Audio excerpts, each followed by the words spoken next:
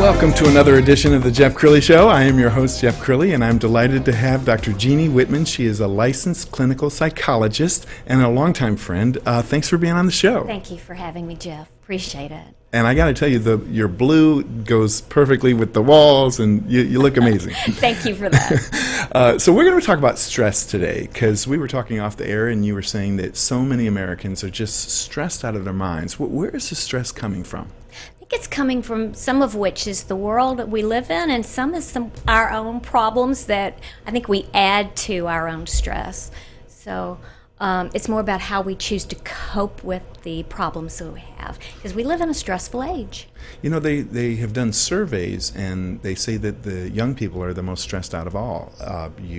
You know, the millennials and the Gen Zs are more stressed out than their parents and their grandparents. And I think about that, and I'm like, wow, like my grandparents grew up in the Great Depression. Talk about stress. There's a lot of stress there. I mean, do you think we interpret stress differently? I gotta believe that my grandparents were under enormous stress to put food on the table. It's a different kind of stress. I mean, people say stress-free life. There's no stress-free life because life pushes us. But I think it's people talk about it more. People worry about things more than we didn't used to worry about. It was initial worry about, do I have a job? Do I have food to eat? Do I have clean clothes to wear? And now it's, what do people think about what I do, what I drive, what I wear, who my friends are, how many likes I get. So there's much added pressure today, and the layers of the onion are much, much more developed. We live more complicated lives, and more is expected of us now. Yeah, and I blame these things. We were talking about this off the air that, you know, when you and I were growing up, they had answering machines. They didn't have cell phones, and you left a message on somebody's machine, and you just hoped that they would call you back that day. But if they didn't, no big deal. They might call you back tomorrow. Now, if somebody texts you a couple of times in 10 minutes, they're getting impatient. Like, Jeff Crilley, where are you? We have some kind of a funny clip to roll as we talk about this, but are cell phones driving us crazy? Short answer, yes. But maybe not clinically crazy, just frenetic, stressed out crazy. And there's an anecdote to that. We can hit pause and we can say, I'm going to put a limit to how much I am addicted to my phone. And you see restaurants doing this now, where they're saying we don't want cell phones at the table because they're interruptive or disruptive. Families are asking, family dinners. I used to have family dinners when I was growing up. Yes. And so now they're asking their kids to actually put away their devices and actually have a conversation. Well, it can be rude, right? If you're out on a date and your date is texting, are they essentially saying that whoever's on this phone is much more important than you are? That's the message. You walk in and you see people together and you see the top of their heads and they're just together, present, but not communicating. That also increases our stress. So have certain times during the day when the phone is nowhere near you. Or you spend time where there's like a cell phone free zone, 20 minutes. And if you have a hard time putting away 20 minutes, then that tells you you've got a challenge there. I sit across from clients, and they'll put their cell phone right next to them, and they'll pat it from time to time. And I'll say, okay, just take it and push it away from you. And you can kind of see the eyes get wide, and it's like, oh, no. And that gives a lot of information of just how drawn we are to something that is inanimate. We need to draw more relationships interpersonally And that's why we see so much different communication stressors, life stressors, and people having a hard time really expressing themselves face to face. It seems like stress is the root of all evil, if you will, because once you're stressed out, sometimes you seek comfort in food, sometimes you seek comfort in booze, and all of those things lead to other issues, high blood pressure and sometimes alcoholism. That's true. If you tease it back, it's something within, and psychologists like to call it an internal locus of control. That's a big party words for meaning, where do you get your satisfaction from? Is it within yourself, or do you look for something external of you to give you what you could give yourself? So learning how to make your life count for you, as opposed to, well, if this person likes me, then I have value. Yes. Well, what if they change their mind? Where do you lay? So it's what can you do to give yourself a sense that you're okay?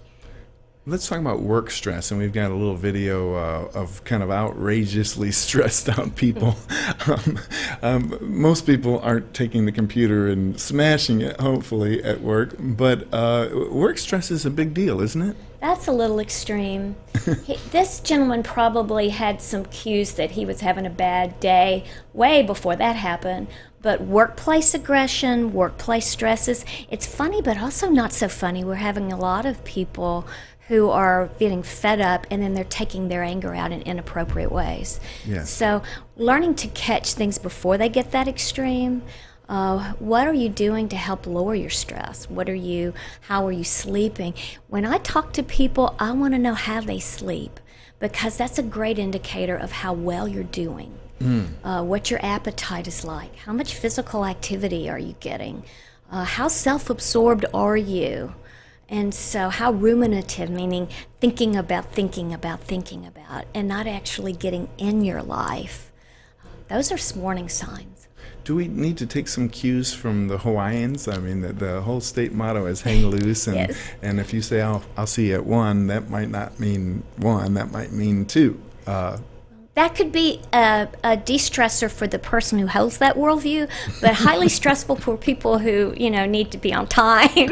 Right. And things need to happen in a timely basis. I think the attitude of, let's give emphasis where it matters, and some of the things that don't rise to that level. Not everything needs to be Helvetica Bold 72, Not everything needs to be that big of a deal, but learning what that difference is. What stresses you out? And I mean, as a psychologist, all the secrets. You know how to kind of like debug yourself. Do you find yourself getting stressed out? Yes, I had a sprain on my foot. In fact, this is the first week that I've been without my boot.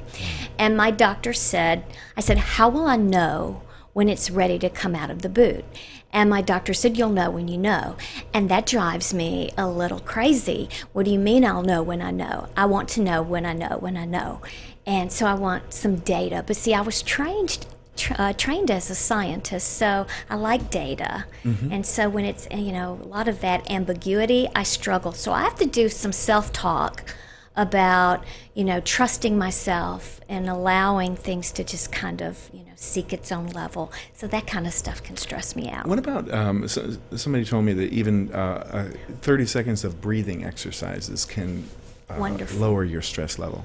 See, when we inhale, we engage our lungs and the capacity to be able to lower our blood pressure. When we exhale, we engage that parasympathetic nervous system that allows us to focus and breathe and center ourselves. That's very powerful. Learning how to slow it down. I tell my clients to speed bump. So everybody is like a Ferrari, and I say, but what does a Ferrari in a school zone do? It can't go as fast as a Ferrari is designed to be. We have to have situational awareness. Yes. Well, is this the occasion that warrants us to be revved up, or is this something that we just slow our pace? And when you're stressed out, your body actually releases these chemicals that are really bad for you, right? In extreme. Anything that our body or our mind presents as a threat, anything that does that for us is a fight or flight response or freeze response where we don't know what to do and we just stay stuck. That releases the cortisol, which we know about cortisol, especially from all those belly fat commercials we see on TV. Sure. We know about the glucocorticoids and the epinephrine and then the norepinephrine, which tries to get us back down. All of this like a chemical bath. Yes. And we're just washed in that. And so the body takes a while to recognize, is this a real threat, like pterodactyl approaching? Mm-hmm. Or is this something like somebody with too many items in the express lane? Is this somebody who made an unwise driving maneuver in front of you and slowed you down? Yes. Where do we put our emphasis on things and our annoyance level? I think sometimes our set point's really high. It's like going to the airport in TSA and their wand Yes. is up really high. Yes. And then sometimes you go and it's really low and it's the same outfit. You know, Yes. you go. We can do that for ourselves. We can know to lower our own temperature, and that's important. Otherwise, everything's going to push you around. Wow. This has been a fascinating interview. You're going to have to come back. I would Promise? love to. Thank you. That's awesome. That's it for now. We'll see you next time.